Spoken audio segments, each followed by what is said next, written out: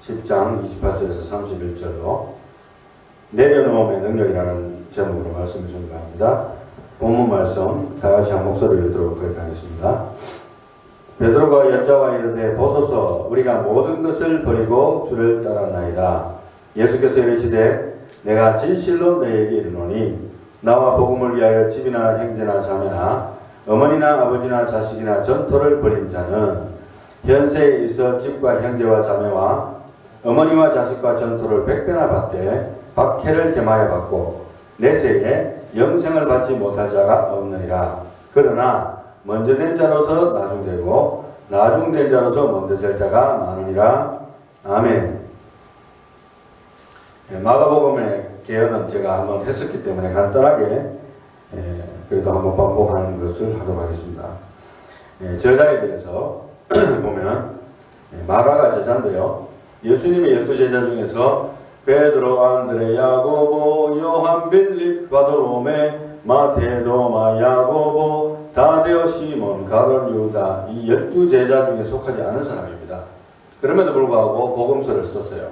마가복음이라는 위대한 복음서를 썼는데 베드로전서 5장 13절에 보면은 택하심을 함께 받은 바벨론에 있는 교회가 내에게 문안하고 내 아들 마가도 그리하니라 하면서 베드로 사도가 마가를 자기 아들이다, 영적으로 아들이다 이렇게 표현하고 있어요. 그래서 많은 부분의 영향을 베드로에게 받지 않았는가, 스토리라인이라든가 모든 것이 이렇게 세세하게 기록되었던 것은 베드로의 인포메이션이 아니겠는가 그렇게 생각을 합니다. 그리고 이제 마가복음의 기록 목적은 주로 이방인들, 특히 로마의 이방인 기독교인들에게 쓰여진 책이긴 한데요. 두 가지 내용을 보면 유대인들의 관습을 설명한 내용들이 마가복음에 나오고 그리고 헬라어 번역하는 것들이 나옵니다. 단 한 가지 예를 들면은 달리다굼, 그죠? 소녀의 일어나야 했는데 달리다굼은 달리다와 굼 일어나다에 합성하는데 달리다라는 것은 이제 작은 소녀야라는 뜻으로 아람어로 혹격이죠. 부르는 소리고 그 다음에 쿵이라는 어린아이를 달리다굼을 소녀야 일어나라 이렇게 이야기합니다. 일어나라. 그렇게 해서 이 말을 설명을 해주고 있는 것을 보면은 이제 이방인들에게 쓰여졌다고 이해하기 좀 더 좋은 내용이 됩니다. 하여간 저자에 대해서는 그 정도 생각하면 되겠고요. 이제 본문 말씀을 보기 위해서는 사실은 17절로 거슬러 내려가야 됩니다. 마가복음 17절부터 가야 내용이 왜 이렇게까지 전개됐는가를 이야기할 수 있는데 17절에 예수께서 길에 가실새 한 사람이 달려와서 꿇어앉아 묻자오되 선한 선생님이여 내가 무엇을 하여야 영생을 얻으리이까? Good teacher, what shall I do to inherit eternal life? 그러니까 영생을 얻는 조건에 대한 질문입니다. 이걸 하고 있는데 예수께서 이르시되 내가 어찌하여 나를 선하다 할 거느냐? 하나님 한 분 외에는 선한 이가 없느니라. Why do you call me good? No one is good except God alone. 지금은 먼저 하늘나라 가신 분이지만 아이비 집사님이 마지막에 몸이 많이 안 좋으셨을 때 제가 방문을 하려 했는데 우리가 집에 방문을 못했어요. 왜냐하면 지금 생각해보면 당신이 이제 굉장히 몸이 안 좋은 모습을 보여주기가 싫었기 때문에 아마 들어오지 말라 했던 걸로 생각이 됩니다.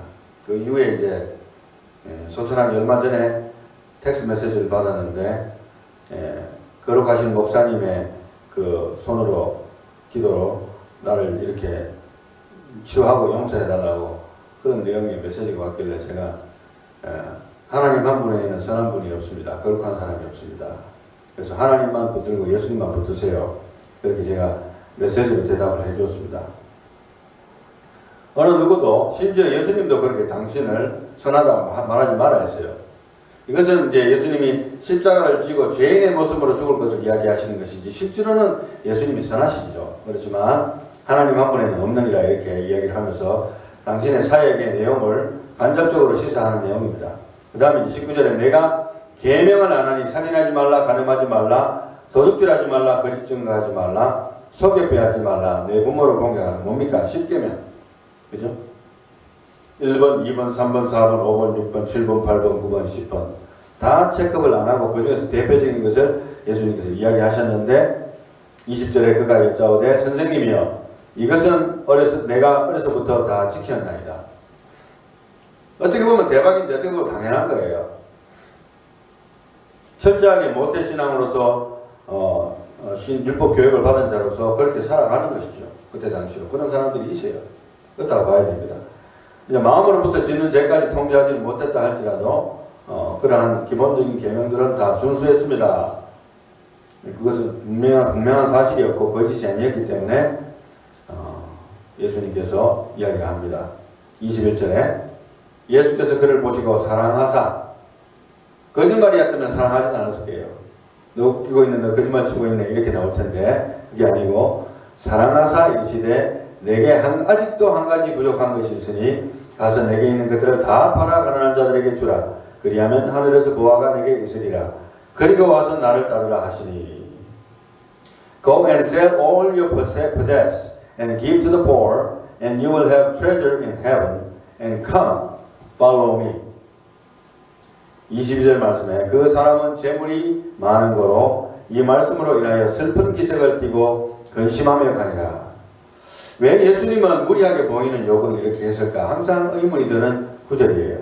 왜 이렇게까지 요구를 했을까? 모든 것을 다 팔아서 가난한 자들에게 주라고. 일부도 아니고 10%도 아니고 5%도 아니고 50%도 아니고.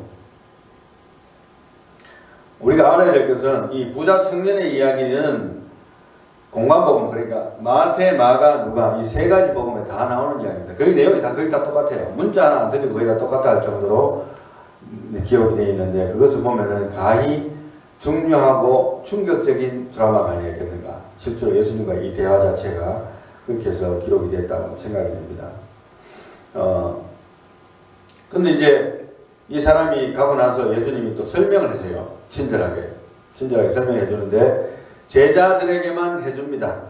그러나 어떻게 보면 제자들에게 해주는 이 설명도 충분한 듯 보이지는 않아요. 내용을 보면 23절에 예수께서 둘러보시고 제자들에게 이르시되 재물이 있는 자는 하나님의 나라에 들어가기가 심히 어렵도다 하시니 제자들이 그 말씀에 놀라는지라. 놀랄 수밖에 없죠.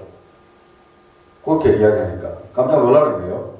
그래서 이제 예수께서 다시 대답하시어 주시되 얘들아 하나님의 나라에 들어가기가 얼마나 어려운지 낙타가 바늘기로 나가는 것이 부자가 하나님의 나라에 들어가는 것보다 쉬우니라. 이제 완전 뒤로 나자빠지는 겁니다. 그만큼 어렵다고 이야기하는 거예요. 부자가 하늘나라에 가는 것이. 그래서 26절에 제자들이 매우 놀라서로 말하되 그런즉 누가 구원을 얻을 수 있는가 하니 예수께서 그들을 보시며 이르시되 사람으로는 할 수 없으되 하나님으로는 그렇지 아니하니 하나님으로는 다 할 수 있느니라. 여기까지가 대답이고 설명이에요. 그러니까 사실 이걸 천만 가지로 해석할 수 있는데 사실은 분명한 더 설명이 없어요. 그런데 이제 제가 이것을 해석하는데 우리가 어떤 답이 있는 것은 아니겠지만 그래도 가장 성경적이고 가장 하나님께서 기뻐 받으실 만한 답이 무엇일까 생각한다면 제가 요한기상 19장에 엘리야의 부름에 대한 엘리사의 반응을 설교한 적이 있습니다. 거기에서 배운다면 부자 청년이 몰랐던 것이 무엇인가. 그것은 곧 예수님이 말씀하신 핵심을 놓친 거예요. 핵심을. 사실은 예수님이 물론 장난친 건 아닙니다. 심각하게 말씀하신 것이기 때문에 그가 따라야 될 것이고 그를 테스트한 시험으로서는 굉장히 무거운 시험이었어요. 그것은 인정해야 됩니다. 그럼에도 불구하고 그 청년은 예수님이 말씀하신 핵심을 놓쳤다. 그렇게 생각이 되는데요. 엘리사가 왕상 19장에 엘리사가 거기서 떠나 사밧의 아들 엘리야가 떠나 엘리사를 만나니 그가 12게리소를 앞세우고 밭을 가는데 자기는 12세 게리소와 함께 있더라. 엘리야가 그리로 건너가서 겉옷을 그의 위에 던졌더니 이제 자기 겉옷을 던진다는 것은 나의 직책을 네가 받아라. 지금 말하면 조다니엘 목사가 이제 가는데 후임자가 왔어요. 그렇게 해서 후임자를 세우는 겁니다. 이 세계로 선교교회의 후임자. 그러한 일이 생길 때를 이야기하는 것과 똑같은 이치입니다. 그가 손을 버리고 엘리야에게 달려가서 이르되 청하건대 나를 내 부모와 입맞추게 하소서. 그리한 후에 내가 당신을 따르리이다. 엘리야가 그에게 이르되 돌아가라. 내가 네게 어떻게 행하였느냐. 이것을 부정적으로 해석하는 사람이 있고 긍정적으로 해석하는 사람이 있어요. 어떤 사람은 긍정적으로 돌아가서 네 볼일 보고 와라. 그게 무슨 문제냐. 이런 식으로 해석하고, 어떤 사람은 영어의 뉘앙스와 비슷하게 What have I done to you? 내가 지금 너에게 지금 이런 일을 하고 있는데 지금 부모에게 키스하고 돌아오겠다는 게 말이 되냐? 이렇게 이야기를 쓸 수도 있다는 겁니다. 하여간 엘리사가 그를 떠나 돌아가서 한 게리소를 가져다가 잡고 소의 기구를 불살라 그 고기를 삶아 백성에게 주어 먹게 하고 일어나 엘리야를 따르며 수종들었더라. 기본적인 예의를 다 지키고 부모에게 인사하고 자기의 삶을 정리를 하고 그 다음에 또 따랐던 걸 볼 수 있어요. 목회로 부르심을 받는다든지 선교사를 부르심을 받을 때에 사실 그것은 올인입니다. 올인. 거기에 대한 올인이에요. 자기 인생 다 거는 건데 그럼에도 불구하고 저같이 이제 자기 일을 하면서 그 다음에 목회하는 사람도 있고 사도 바울도 사실은 텐트 메이커로서 일을 하면서 복음을 전개했던 것을 볼 수 있습니다. 그렇다면 이거하고 맞지 않는 것 같이 보일 수가 있어요. 그럼에도 불구하고 오늘의 핵심을 우리가 놓치지 않기 위해서 계속해서 엘리야의 이야기를 하면서 본인이 갖고 있는 기본적인 사람으로서의 예의, 부모한테 인사해야 되잖아요.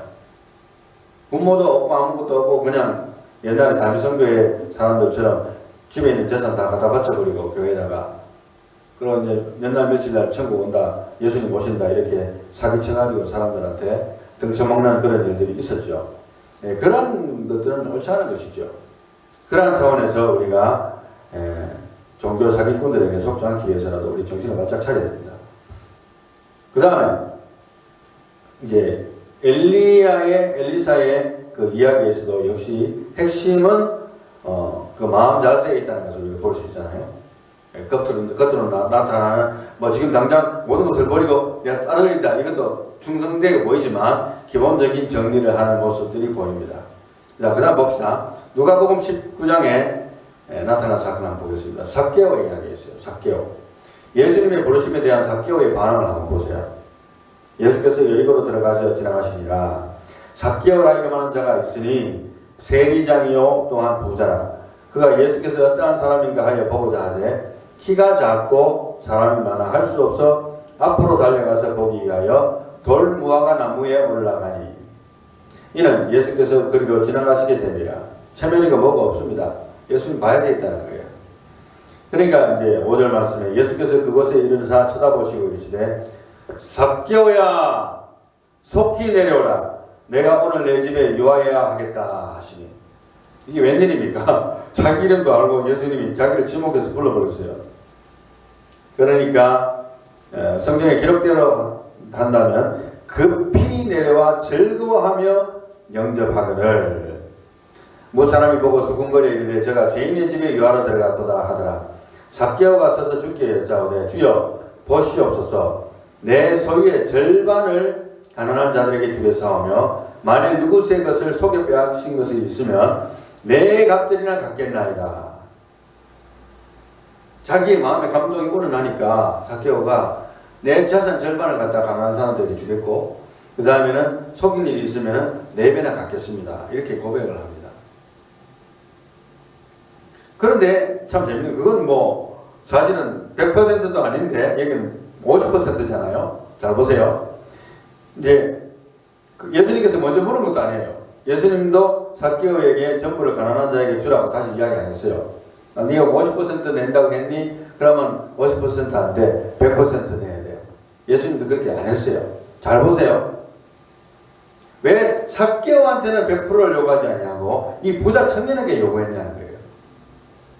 그 차이가 뭘까 한번 생각해 보시기 바랍니다. 자, 9절 말씀. 예수께서 이르시되 오늘 구원이 이 집에 이르렀으니 이 사람도 아브라함의 자손이로다. 인자가 온 것은 잃어버린 자를 찾아 구원하려 함이라. 그 마음 속에 있는 그 믿음과 중심을 보시고 하나님이 예수님이 기뻐 받으신 거예요. 그 상태에서 그가 감당치 못할 100%를 올려놓지는 않았습니다. 부자 청년도 아마 예수님의 말씀을 따랐더라면 얼마든지 감당할 수 있는 케이스가 됐을 건데 잘못된 생각을 하게 된 이유가 조금 후에 우리 한 번 더 생각을 해보도록 하겠습니다. 삭개오와를 비교하면서 이 양이라는 것 자체가 중요한 게 아니라는 것을 지금 현재 보고 있는 거예요. 지금 현재 50%, 100%, 75% 이게 중요한 게 사실은 아니에요. 봅시다. 이제 오늘 본문 말씀으로 접근합니다. 마가복음 10장 28절 본문 말씀. 베드로가 여자와 가로되 보소서 우리가 모든 것을 버리고 주를 따랐나이다. 이제 베드로가 이제 한술 뜨는 거예요. 왜냐하면 예수님 말씀 들어보니까 정말 우리가 복받을 사람이구나 당연하게 이렇게 이야기합니다. 예수께서 이르시되 내가 진실로 너희에게 이르노니 나와 복음을 위하여 집이나 형제나 자매나 어머니나 아버지나 자식이나 전토를 벌인 자는 버리기는 버리는데 조건이 붙었어요. 나와 복음을 위하여 예수님과 예수님의 복음을 위해서 우리가 지난번에 제가 설교를 하면서 사랑장에 대해서 언급을 했죠. 임직식에 대한 이야기를 하면서 사랑이 없으면 아무것도 아니라는 이야기를 하면서 그것을 사랑이 없다면을 또 다른 해석으로 붙여본다면 예수님과 복음이 없다면 이렇게 이야기할 수 있습니다. 예수님과 복음을 위한 것이 아니라면 이렇게 이야기할 수 있어요. 그래서 천사의 말을 하는 사람도 사랑이 없으면 소용이 없고 심오한 진리 깨달은 자도 울리는 징과 같네. 하나님 말씀 전한다 해도 그 무슨 소용이 있나. 사랑 없이는 소용이 없고 아무것도 아닙니다. 우리 가스펠성 있죠. 그래서 이제 고린도전서 13장 1절에서 3절을 오늘 마가복음 10장으로 해석한다면 이렇습니다.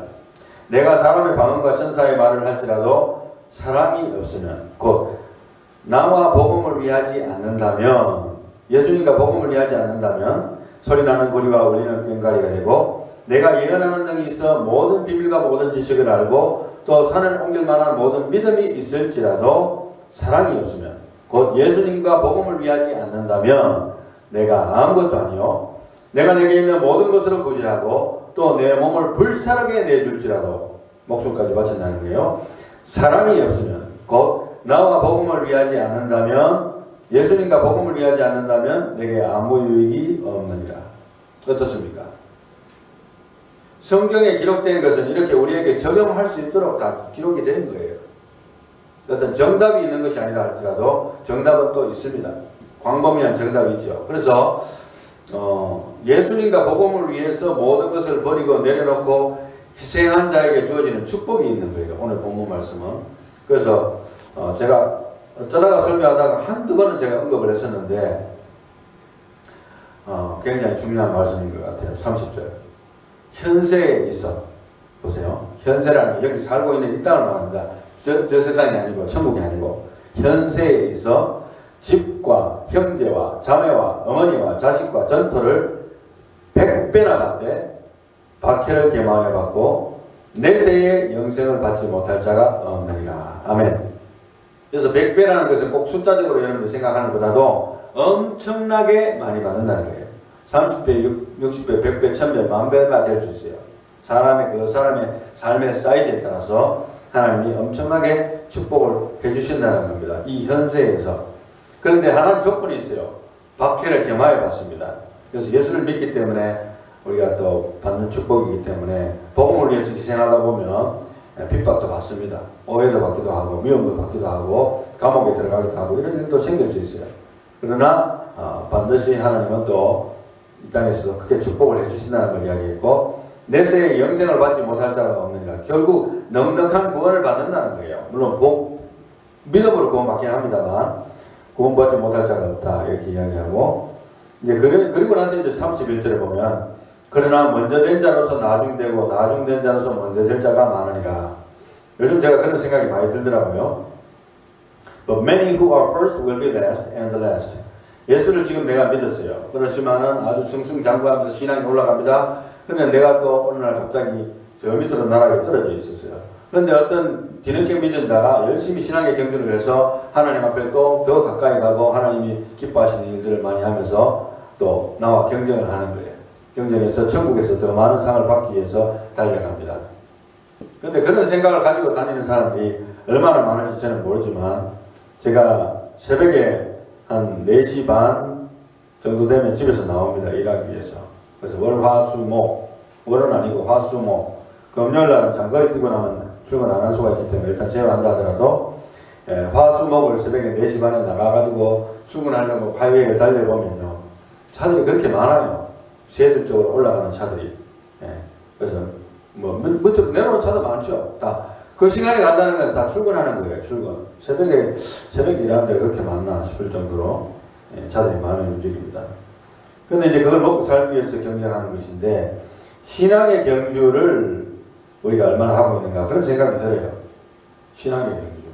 먹고 살기 위해서는 열심히 경주하지만, 얼마나 우리가 신앙생활 경주를 하고 있느냐. 왜냐하면 지금 내가 올라가 있어도 나중에 내가 뒤처지는 수가 있어요. 마라톤 경기처럼. 그래서 나중에 주님 앞에 섰을 때 내가 심판받을 때에는 내 상급이 요만큼밖에 없는 거라. 내가 생각할 때는 이만큼 될 줄 알았는데 내가 다 깎아 먹어버리고, 나쁜 짓만 해가 다 깎아 먹어버리고 하나님 앞에서 충성되게 못 살았기 때문에 상급이 없어요. 얼마나 허무하겠어요. 그래서 먼저 된 자로서 나중되고 나중된 자로서 먼저 될 자가 많으리라는 것은 굉장히 심각한 말이고, 우리가 정신 차려야 됩니다. 목회자들뿐만 아니라 여러분도 마찬가지고, 신앙의 경주에서 스스로 이탈하지 말라고 말씀드립니다. 뭐 교회 생활 물론 포함됩니다만, 어떤 사람은 교회 생활 열심히 안 한다고 해서 뭐 신앙생활이 뭐 제대로 안 된다고 이야기할 수 있습니까? 이렇게 이야기하는 분들이 있는데, 제가 지난번에 말씀드렸죠. 교회 생활도 제대로 못하는데 어떻게 신앙생활 제대로 될까? 저는 그게 의심이 가요. 목사로서. 제대로 신앙생활하기 힘들다고 봅니다. 그래서 일단 교회 생활 중심, 그 다음에 자리를 지키는 자에게 항상 기회는 있다는 것은 뭐냐면, 꼭 우리가 뭐 교회에서 직분자로서 이렇게 올라가는 그런 걸 떠나가지고, 하나님의 성령의 역사가, 얼마 전에 누가 이야기하더라고요. 오랜만에 예배 참석했던 분이, 과연 예배를 직접 참석하는 것과 그냥 화면을 하고 듣는 것이 틀린 것 같다고. 당연히 틀리죠. 왜냐하면 일단은 직접 참석하면 편집이 없잖아요. 제가 설교를 보낼 때 다 편집해서 보냅니다. 자를 거 자르고 붙일 거 붙이고, 붙일 건 없지만 다 잘라낼 거 잘라내고 걸러내서 보냅니다. 그러나 걸러내지 않은 상태에서 나오는 raw, 그 자체에서 하나님께서 또 주시는 또 은혜가 또 달라요. 그래서 직접 앉아있을 때에 또 은혜가 또 틀립니다. 그래서 대면 예배가 굉장히 중요하고, 편집이 없다는 차원을 떠나서도 우리 신앙생활에 있어서 우리가 좀 자리가 비었습니다만, 제가 어제 오랜만에 전화 통화하신 분도 있지만 오늘 못 나왔습니다만, 하여간 대면 예배가 상당히 우리 신앙생활에 큰 영향을 미칠 것이다, 그렇게 이야기합니다. 좀 시간이 가기 때문에 좀 더 마무리를 하고 또 정리하도록 하겠습니다. 이제 설교 제목을 보면 제가 내려놓음의 능력이라고 했습니다. 내려놓음의 능력. 29절 보면, 예수 믿는 자가 이 땅에서 부자가 되는 비결이 무엇인가 라고 묻는다면, 이게 설교 보통 잘 안 하는 설교잖아요. 보통. 부자가 되는 비결은 바로 29절입니다. 나와 복음을 위하여 집이나 형제나 자매나 어머니나 아버지나 자식이나 전토를 벌인 자는, 내려놓은 자는, 필요하다면, 그것이 필요하다면 그것을 포기할 수 있는 자는 기독교인으로서 부자가 됩니다. 성경적이에요. 그 다음에 기독교인으로서 능력 있는 남성이 되고 능력 있는 여성이 되는 비결이 바로 29절에 나옵니다. 마가복음 10장 29절. 그래서 여러분 자녀 키우실 때, 애들 키우실 때 반드시 가르쳐줘야 되는 게 뭐냐면, 모든 지혜를 다 가르쳐줘도 이 구절을 빠지면 예수 믿는 사람들은 성공하기 힘듭니다. 왜냐하면 하나님께서 막아버려요, 길을. 그래서 너희의 삶의 목적이, 우리의 삶의 목적이 예수님과 복음을 위한 것이 아닐 때에는 능력이 상실돼요. 그래서 기독교인으로서 능력 있는 남성이 되고 싶으면 이걸 프랙티스를 해야 됩니다. 예수님과 복음을 위한 목적을 두고 그것을 위해서 내가 모든 것을 희생할 각오를 가지고 내가 열심히 일하고 있다, 일을 하더라도 이것이 딱 서 있어야 되고, 능력 있는 여성이, 기독교인으로서 능력 있는 여성이 되는 비결도 역시 마찬가지예요. 내가 예수님과 하나님 나라의 복음을 위해서라면 모든 것을 버릴 준비가 되어 있습니다. 그러나 오늘 내가 이 최선을 다하면서 생활하고 있습니다. 그래서 그럴 때에 현세에 있어서 집과 형제와 자매와 어머니와 자식과 전토를 100배나 받되 박해를 겸하여 받고 내세에 영생을 받지 못할 자가 없느니라. 아멘. 바로 답이 나오잖아요. 여러분들이 유튜브에 보면 부자가 되는 비결 뭐 하고 뭔가 다 나오잖아요. 그 모든 원리를 다 따라도 우리 믿는 자는 이 원리를 따르지 않으면 하나님이 길을 막아버립니다. 하나님이 길을 막으면 어떤 일도 형통할 수가 없어요. 그거는 하나님이 인생의 생사화복을 좌우하시기 때문입니다. 아멘. 이제 내려놓음의 의미를 한번 생각해 볼까 합니다. 정리를 하기 위해서. 내려놓는다는 것은 무슨 의미냐? 내려놓음이 아닌 것을 먼저 생각해 볼게요. 그것은 동기가 불순할 때 모든 노력은 내려놓음이 아닙니다. 몸을 불사르게 내어질지라도, 내게 있는 모든 것으로 구제할지라도, 내가 갖고 있는 100%의 재산을 다 내어놓아서 가난한 자를 구제하라고 예수님이 하신 것이 있어 할지라도 동기가 그리스도와 복음을 위한 것이 아니라면 그것은 내려놓음이 아닙니다. 우리 믿는 자에게 대한 내려놓음이 아니에요. 내가 주인 삼은 모든 것 내려놓고, 오늘 찬양했잖아요. 내가 주인이라고 생각했던 모든 것을 내려놓는 그 마음의 작업이 우리에게 이루어져야 되는데, 그렇지 않을 때에는 그것이 곧 온전한 내려놓음이 아니고 나의 만족을 위한, 그리고 나의 너그러움을 자랑하기 위한 내려놓음은 가치가 없습니다. 아멘의 사람들처럼 자기 자신이 그만큼 선행을 함으로써 자기 만족을 느끼는, 그죠? 그리고 남들에게 자기 이름을 날리는 그런 구제라든가 그런 것은 아무 가치가 없어요. 하나님 앞에. 공부, 사업, 직장, 패밀리를 무조건 포기하는 것, 이것도 내려놓음이 아닙니다. 그럼 이거 가기면 아이들이 나 공부 안 할래 나 열심히 일 안 할래, 이게 적용한다면 이거 완전 잘못된 사고방식이에요. 열심히 일하고 공부하고 부모님 말씀 잘 듣고 십계명 잘 지키고, 예수 믿는다고 해서 십계명 안 지키는 거 아니잖아요. 네, 그러한 모든 것들 가르쳐야 된다는 겁니다. 내려놓음이 아닌 거 생각했고요. 그러면 내려놓음이 뭐냐면 좀 어렵긴 한데 간단하게 이야기하면, 옛날에 어떤 최희식 목사님 분이 설교할 때 제목처럼 하늘에 앉아 세상을 살아가는 것이다, 이렇게 이야기할 수 있어요. 그러니까 우리의 마음은 하늘에 있고 우리의 몸은 여기 있는 거예요. 물론 마음은 여기서도 총력을 기울여서 살아야 되지만 실질적인 우리의 마음은 천국에 있고 우리는 여기서 살아가는 겁니다. 열심히 모든 것을 소유하여 경영하는 청지기 마인드예요. 내게 아니고. 그래서 최근에는 내 몸도 내 것이 아닌데 라는 생각이 많이 들더라고요. 그러니까 내가 관리할 책임도 물론 있습니다만은 내 몸도 내 것이 아닌데 하나님 앞에서 내가 온전하게 잘 관리를 해야 되겠다는 생각이 들어요. 그래서 불의한 청지기의 이야기를 여러분도 아시죠? 불의한 청지기가 주인의 것을 자꾸 깎아먹는다는 소문이 들리니까 주인이 열받아가지고 불렀잖아요. 불러가지고 니 이제 다 계산해내라. 이제 계산하고 끝내고 꺼지라, 이렇게 된 거예요. 쉽게 말하면. 그러니까 이 사람이 그것을 알고 지혜롭게 어떻게 했는가 하면 사람들을 만나갖고 100불을 빚진 사람에게 50이라 써라, 80불 빚진 사람을 70이라 써라, 30불을 빚진 사람에게 10이라 써라, 이렇게 저렇게 해가지고 정리를 합니다. 그런데 희한하게도 주인이 그를 불렀어요. 칭찬했다 했습니다.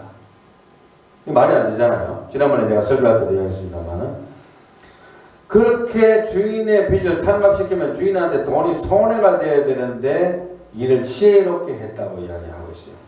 이 비유가 상당히 해석하기 힘든데, 그때 이야기했듯이 100일 때는 돈 1불도 안 갚던 사람이 50이라 하니까 갚기 시작하는 겁니다. 일이 돌아가는 거예요. 주인에게 유익을 끼치고 또 주인에게 덕을 쌓게 만들고, 그래서 많은 사람들이 회의도 안 하던 사람이 돈을 갖다 바치는 거예요. 하여간 어떻게 해석하든지 간에 일을 지혜롭게 함으로 인해서 칭찬했다, 이런 내용들이 나오지 않습니까? 우리 성경에 이해할 수 없는 부분이 상당히 많은 것인데 하나님의 사랑이 바로 그런 것이에요. 그렇기 때문에 이면적인 것, 겉으로 보이는 것으로 판단하는 것이 아니고 하나님은 속마음을 먼저 판단하고 그에 맞는 시험을 던져놨을 때에는 조건 한 가지입니다. 일단 무조건 순종하고 가야 돼요. 근데 저는 지금까지 살면서 하나님께서 저한테 조목사, 네가 갖고 있는 재산 전부 다 팔아서 가난한 자에게 나눠주고 넌 나를 쫓으라고 말한 적 한 번도 없습니다. 솔직한 말로. 하나님께서 육신의 귀에 들리는 음성처럼 주님이 오셨듯이 육신의 귀에 들리는 음성처럼 나한테 말씀하셔가지고 그렇게 요구하신 적이 단 한 번도 없어요. 감당 못해서 그럴 수도 있겠죠. 뭐 나중에 언젠가 그렇게 말씀하실지 난 모르겠어요. 그러나 감당할 수 없는 것을 주시지 않는데 하나님께 주실 때는 순종하면 그만한 축복이 있을 것인데 믿지 못하는 거예요. 그래서 모든 것을 관리하여 하나님께 드리되 하나님이 언제든지 원하시면 드릴 준비로 살아라. 이렇게 말씀드릴 수 있고요. 그 다음에는 이 부자 청년이 깨닫지 못한 것 중에 중요한 것은 하나는 뭐냐면은 영원과 100년의 차이입니다. 사람이 아무리 오래 살아도 100년 사는데 영원과 100년 차이 하면 보통 예수 믿는 사람들이 이해를 못해요. 그런데 그러면 1000년과 100년의 차이를 합시다. 1000년과. 이해가 좀 되죠? 여러분 1000년 더 잘 살고 싶어요? 100년 더 잘 살고 싶어요? 1000년이잖아요. 근데 사람들은 꼭 이 땅만 생각한다고.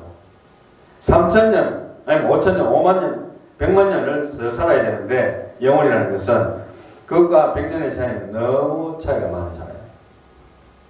순간의 선택이 10년을 좌우하고 순간순간의 선택이 모여서 100년을 좌우하고 또 순간순간 하나님 나라를 위해서 포기하고 내려놓은 모든 것들이 쌓여서 1000만년 살 것을 그 수준을 좌우하는 거예요. 그런 생각하니까 상당히 경쟁심도 생기고 저도 정신을 더 바짝 차려야 되겠다. 내가 하나님 영광을 위해서 더 살아야 되겠다는 생각이 개인적으로도 많이 들었습니다. 내가 1000만년 살 것인데 보통 보면 사람들 여기서 막 돈 막 깔아놓고 사는 사람들한테 1000년만년 살 것도 아닌데 왜 저렇게 욕심 볼게 챙기나 사람들한테도 그런 말 하는데 우리 천국은 1000년만년 살 것입니다. 할렐루야. 이제 말씀을 맺습니다. 말씀을 이렇게 결론을 내리고 싶습니다. 내려놓음은 내 입술에서부터 시작된다. 그리고 그렇게 내려놓고 나면은 능력 있는 그리스도인으로 나타난다. 할렐루야. 여러분 능력 있는 사람 되고 싶지 않습니까? 그러면 내려놔야 돼요. 내려놓는. 근데 그 내려놓는 것이 늦은 출발하는 가만히 생각해 보니까요. 딴 데가 아니고 우리의 모든 신체 부위로 따진다면 여기입니다. 여기. 제가 지금 말하고 있잖아요. 이 부분에서 내려놓기 시작할 때에 그때부터 역사가 일어나요. 자 봅시다. 출애굽기 13장 9절 말씀에 여호와의 율법이 내 입에 있게 하라. The law of the Lord may be in your mouth. 모세에게 하나님이 말씀하신 거예요. 뭐 네 생각에 있게 하라, 네 마음에 있게 하라. 얼마나 좋습니까? 부드럽고. 그런데 하나님은 내 입에 있게 하라. 심지어 안 믿는 사람들도 사람은 말한 대로 된다 했는데 그것은 믿는 자에게는 사용이 안 돼요. 왜냐하면 믿는 자는 다른 원리로 살아갈 수밖에 없어요. 하나님이 간섭하시기 때문에. 그래서 믿는 자는 그 입술의 고백에 따라 그 운명이 결정된다고 제가 말씀드릴 수 있습니다. 두 가지 입술의 고백입니다. 첫째는 하나님의 말씀을 묵상하는 것. 말씀을 읽어야 되잖아요. 입으로. 생각으로 말고 입으로. 그 다음에 둘째로는 기도. 믿는 자가 기도할 때. 저는 이제 이렇게 말씀드릴 수 있는데요. 마음에도 입술이 있더라고요. 마음에도 입술이 있어요. 제가 그걸 발견하게 되는데 성경에 보면 입술에 있다 하는데 항상 우리가 사람들 보는 데서도 그렇고 뭐 입술로 말하면 미친 사람이라고 취급받을 수도 있잖아요. 그런데 마음에도 입술이 있기 때문에 마음으로 말을 할 수 있어요. 사람은. 그래서 마음의 입술을 활용해서 첫 번째 하나님의 말씀으로 자신을 적서 복종하여 내려놓음을 배우라. 하나님 말씀 아까 이야기했죠. 구체적으로 내가 설명합니다. 두 번째로는 내려놓음을 기도라는 입술로 간구하고 고백하고 시인하고 자백하고 진실된 마음으로 그렇게 하기를 기도하라는 거예요. 보통 보면요. 하나님 내 부모, 내 자식, 내 내 재산, 내가 갖고 있는 지식, 내가 갖고 있는 차, 집, 재산, 또 뭐 비즈니스 프로퍼티 이런 것들은 하나님 앞에 내가 100% 다 드립니다라고 마음으로는 생각도 못 하잖아요. 일반적으로. 그럼 나 거지 되는데. 그렇잖아요. 나 거지 되는데 그게 가능합니까? 그런데 오늘 여러분들 집에 가시거나 아니면 예배 마치고 기도하시거나 할 때에 이렇게 기도해 보세요. 하나님, 나의 재산, 나의 자식, 나의 남편, 나의 아내, 내가 갖고 있는 차, 집, 내가 갖고 있는 실력, 건강, 그리고 내가 갖고 있는 모든 재산, 내가 숨겨둔 비자금, 모든 것들 하나님 앞에 다 드립니다. 주님 원하시면 100% 하나님 앞에 다 드립니다. 이거를 생각이 아니고 입술로 한번 고백을 해보세요. 능력이 나타나요. 능력이 나타나요. 내 마음엔 그걸 안 원할지라도 그것이 하나님이 원하시는 것이라면 그렇게 하겠습니다라고 한번 순종을 해보세요. 입술로 먼저. 그러면 거기에서 하나님이 뭔가 다 여러분들에게 주시는 메시지가 있을 겁니다. 내가 지금까지 하나님 앞에 드리지 못하고 내려놓지 못했던 것이 보일 거예요. 입술로 먼저 고백하게 될 때에 마음이라는 입술을 통해서 하든 실제로 입술을 통해서 하든 그 입술로서 하나님 앞에 내려놓게 될 때에 그때부터 뭐가 생긴다? 능력 있는 그리스도인으로 자리잡기 시작합니다. 네, 그걸 배웠어요. 그래서 이제 저도 내려놓는 기도를 많이 하려고 해요. 어떻게 내려놓지 내 마음에 지금 당장 하나님 앞에 다 내려놓으면 내가 거지가 되는데 이런 생각을 하면 평생 못 내려놓잖아요. 그러나 내가 입술로서 내려놓기 시작하고 내가 얼마나 욕심쟁이인지 내가 얼마나 하나님 앞에서 하나님을 전적으로 섬기지 못했는지를 고백하게 되잖아요. 그래서 자복하고 회개하게 되고 오히려 하나님 앞에 가까이 되기 때문에 내려놓는 기도를 하자. 이것이 오늘 거의 설교의 결론입니다. 그래서 내려놓으면 내 입술에서부터 시작된다. 그리고 나면 능력 있는 그리스도인으로 나타나는데 그 입술은 하나님 말씀을 묵상하는 것과 내려놓는 기도를 하는 데서부터 출발한다. 명심하시고 내려놓는 기도를 하는 저와 여러분들이 다 되시기를 예수님의 이름으로 축원합니다. 기도합니다. 하나님 감사합니다. 나의 힘과 나의 의지와 나의 생각으로 나의 판단으로 지금까지 살아왔던 예수님을 믿는다고 하지만 실질적으로는 내 생각을 먼저 주장하고 내가 하고 싶은 것을 먼저 선택하며 살아왔던 내 생각과 내 마음과 나의 육체와 모든 것들이 정욕들이 다 내 것이라고 믿었던 우리들이 내가 주인 삼았던 모든 것들이 오늘 내려놓는 기도를 통해서 박살나기를 원합니다. 아버지 하나님이여 참으로 우리가 육신의 찌꺼기 때문에 하나님 앞에 더 나가지 못하고 하나님 능력 체험하지 못하고 능력 있는 그리스도인으로 살지도 못하고 아버지 하나님 참으로 이 땅에서 주님의 나라와 그의 복음을 위해서 살아감으로 말미암아 100배의 축복 모든 것을 내려놓음으로 말미암아 100배의 축복을 받지도 못하고 평생 이 인생이 끝날까 두렵습니다. 아버지 하나님 참으로 오늘 우리의 주신 말씀처럼 목사부터 시작하여서 모든 성도들이 내려놓음의 기도를 통하여서 하나님 말씀의 묵상을 통하여서 우리의 삶에 그리스도의 능력이 나타나며 많은 사람들에게 과연 하나님이 살아계시다 또 많은 믿는 자들에게도 간증거리가 있는 믿음의 증거가 있는 사람들로 살아갈 수 있도록 저희들이 축복하여 주시옵소서. 예수님 이름으로 기도합니다. 아멘.